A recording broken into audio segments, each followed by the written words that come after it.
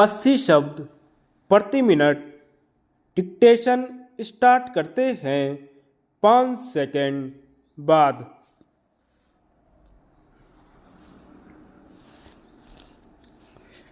महोदय, उद्योग में प्रौद्योगिकी का बड़ा महत्व है और कई क्षेत्रों में तो इसका उपयोग अपरिहार्य है।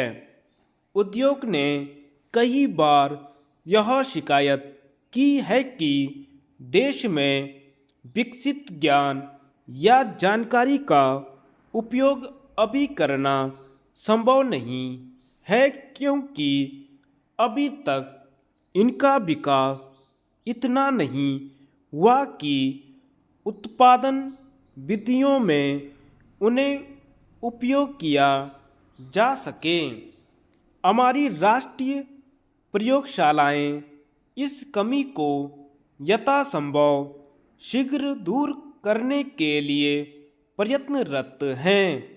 इसके साथ साथ उद्योगों को भी विदेशी जानकारी के आयात की बजाय जिसमें कोई प्रयत्न नहीं करना पड़ता है, देश में उपलब्ध जानकारी का पूरा उपयोग करने का प्रयत्न करना चाहिए।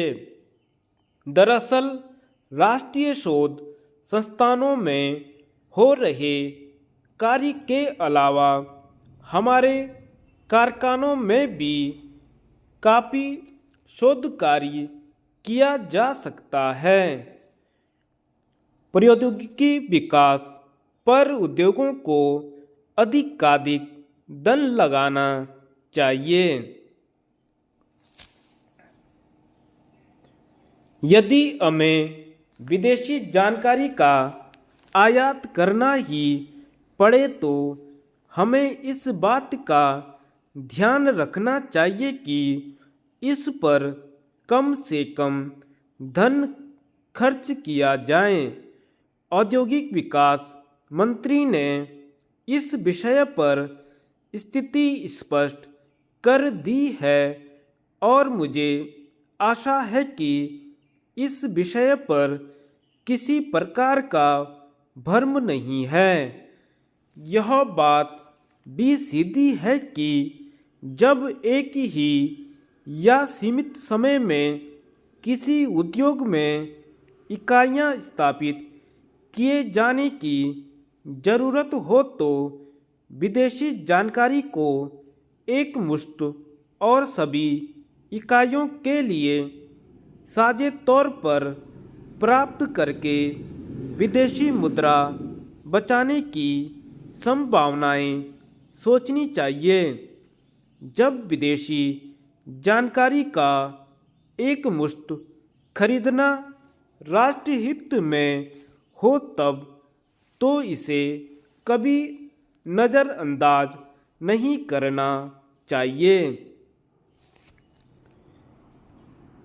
जहाँ तक देरी का प्रश्न है, मुझे लगता है कि उद्योगों के कर्णधार विभिन्न मंचों से इसकी भर्त्सना करने कराने पर अधिक धन एवं शक्ति का व्यय करते हैं, परंतु देरी का केवल यही कारण नहीं कि कोई किसी विषय पर निर्णय लेना नहीं चाहता या उसे रद्दी की टोकरी में डाल देना चाहता है।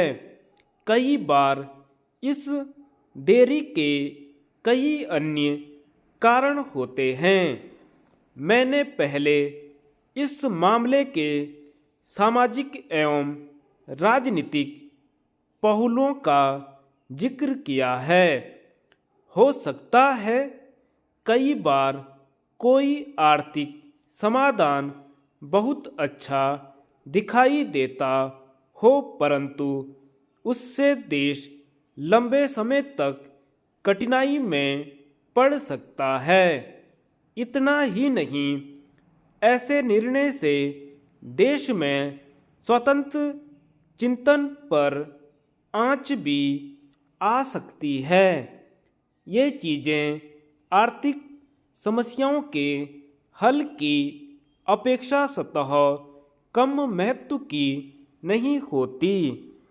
धन्यवाद।